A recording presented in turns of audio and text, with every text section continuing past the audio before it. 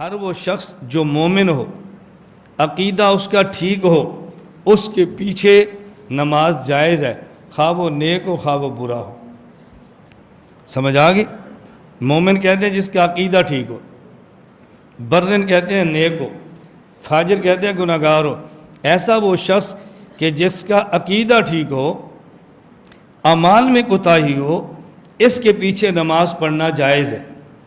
تو امام ابو حنیفہ رحمۃ اللہ علیہ جو فرما رہے ہیں ہر کسی کے پیچھے، دیکھو وَالصَّلَاةُ خَلْفَ کُلِّ، ہر کسی کے پیچھے، وہ کون ہو؟ من المومنین، من المومنین، ہر بندے کے پیچھے نماز جائز ہے، لیکن بندہ کون ہو؟ مومن، صحیح العقیدہ، برن و فاجر، خواہ نیک ہو خواہ برا، لیکن عقیدہ ٹھیک ہو مومن، عقیدہ ٹھیک ہو، نیک ہو یا برا، عقیدہ ٹھیک ہونا چاہیے، بس نماز جائز ہے، نماز ہو جائے گی، لیکن امام کا بولو عقیدہ۔ جی امام صاحب فرماتے ہیں ہر کسی کے پیچھے ہو جاتی ہے، تم ان کے حنفی ہو، تم ترجمان ہو، تم مقلد ہو، تم کیا تو نہیں ہوتی، تمہاری مانے یا امام کی؟ میں نے کہا مانے امام کی، لیکن امام نے کیا فرمایا وہ سمجھے ہم سے، ہمارے امام نے کیا فرمایا وہ سمجھے ہم سے۔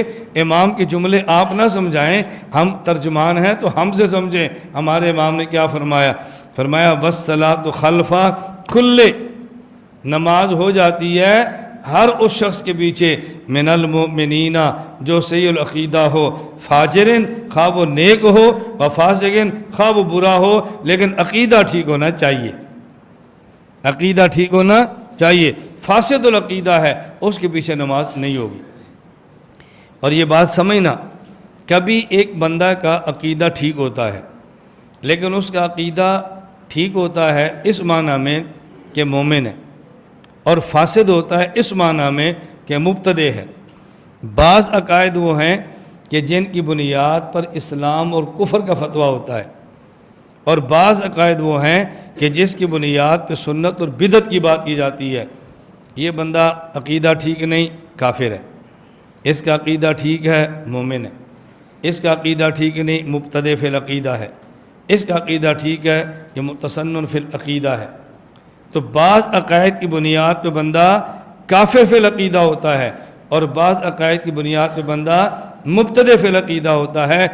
مبتدع فی العقیدہ یہ مبتدع فی العمل سے زیادہ گندہ ہے، اور اگر کوئی شخص مبتدع فی العمل ہو، اس کے بارے میں حدیث موجود ہے، اس کے بارے میں حدیث موجود ہے، من وقر صاحب بدعۃ فقط آن علی ہدم الاسلام، جو بدعتی کی تعظیم کرے وہ دین مٹانے میں تعاون کرتا ہے، اور جو شخص بد عقیدہ کو مسئلے کا امام بنا دے وہ دین مٹانے میں مدد کرتا ہے یا دین کی خدمت میں تعاون کر رہا ہے۔ اس لیے مبتدع فی العقیدہ سے اس کے پیچھے نماز پڑھنے سے بچنا چاہیے۔